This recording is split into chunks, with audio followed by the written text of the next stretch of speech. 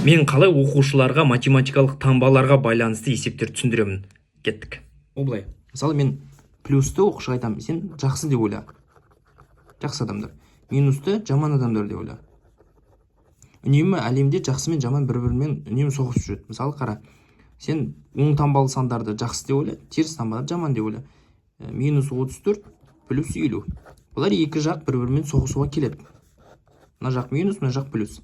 Мынаның 34 адамы кетеді, мынаның да 34 адамы кетеді. Кім қалады көбірек, кім көп сол жеріне, дұрыс па?